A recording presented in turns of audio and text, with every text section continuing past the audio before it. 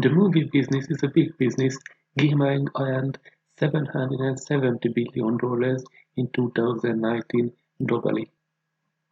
But even that huge number doesn't mean that all movies are making money. Although there are thousands of movies made every year, only a percentage of those become feature films with the big budgets we often associate with the Hollywood movie-making business. A blockbuster is a Hollywood movie that's made with a large budget and big stars. A true blockbuster is extremely popular and brings in a lot of money. But why do these movies cost so much? For what are the creators spending the budget? The starting point for working out the final cost of releasing a movie is to look at how much it costs the studio to shoot the film, which is the film's budget. In the industry, this is often called the negative cost, and it is cost of producing the very first version of the film, which is used to be a film negative.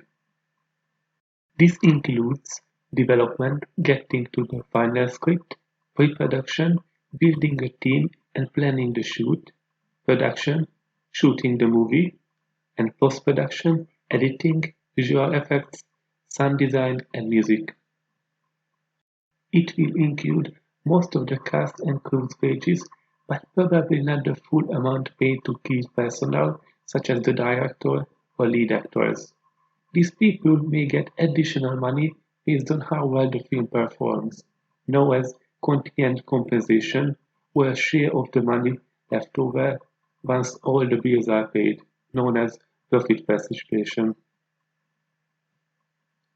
The studios fund themselves in an ever-increasing spiral whereby blockbusters were getting more expensive to make, meaning that they need to spend more on marketing to offset the risk, which means they needed to ensure their films are the biggest of the season, which inflated the budgets, and the circle continues to turn. Releasing a Hollywood blockbuster involves far more than just creating a 90 to 120 minutes of footage. Some of the other costs involved in making and releasing the films include marketing. It could be argued that the success in the business of Hollywood blockbusters is more dependent on the art of marketing than the art of filmmaking. This is the biggest category of cost for a movie outside of the budget. Most Hollywood blockbusters only have 1 or 2 weeks when they are the big movie in cinemas, so studios need to build and channel the awareness, excitement for a movie to ensure that everyone goes to see it during this period. When expressed as a percentage of the total cost involved with making and selling the movie, marketing accounts for on average about 29% of costs. Prints: the physical copies of the films which are given to cinemas. Historically, they were on a 35 mm celluloid film, but today most countries use a hard drive with a specially encoded digital video file called a Digital Cinema Print (DCP). This hard drive has a huge copy of a film, tens of or hundreds of gigabytes, and a tiny file that controls the permissions to the large video file. This means that hard drives can be shipped to cinemas in advance without worry that the film will be viewed ahead of its official release. Complex permissions can be set, permitting screenings only at a certain times or on certain digital projectors. Also, copies of the film in other formats will need to be created to give to third-party distributors and exhibitors, such as TV stations who broadcast the film. Judging the correct number of prints and units to manufacture is a key part of planning done by the studios. If they order too few, then cinemas and stores will have to turn away customers in the all-important first weeks of the release. If they overorder, then their costs increase and they are left with annoyed cinema owners and large quantities of unsold units. Residuals cost means that the unions for the cast and crew have agreed deals with Hollywood studios which ensure that their members receive additional payments from the income the film generates.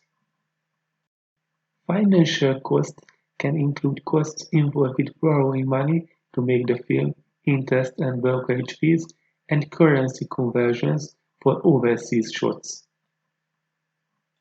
Overhead: studios charge their own productions an overhead fee which covers the time studio staff spend on the project, the cost of deals which apply to the all film the studios make, and the benefit a production is regarded as receiving from operating under the studio brand. It may seem strange to charge oneself money, but these costs come off before profit is calculated, meaning that productions which pay an overhead have smaller official profits, meaning that the studio has smaller checks to cut to people with profit participation deals. The old joke in Hollywood is that the studios charge overhead on interests and interests on overhead. Profit participation: the average 100 plus million Hollywood blockbuster will spend $36.6 million on contingent compensation and profit participation.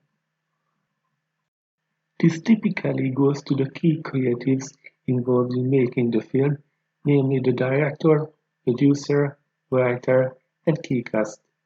Giving these people a share of the income is a good way for the studio to hedge against poor box office performance, and it also defers the moment they have to pay up.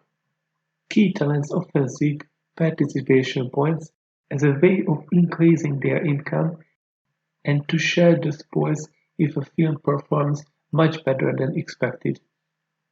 On the flip side, studios have got rather good at using creative accounting techniques to show that they made a loss on paper in order to get out of paying such fees. 2010, a leaked profit participation report from the fifth Harry Potter film showed that 2 years after the film's release, Warner Brothers was claiming that the picture had lost $167 million.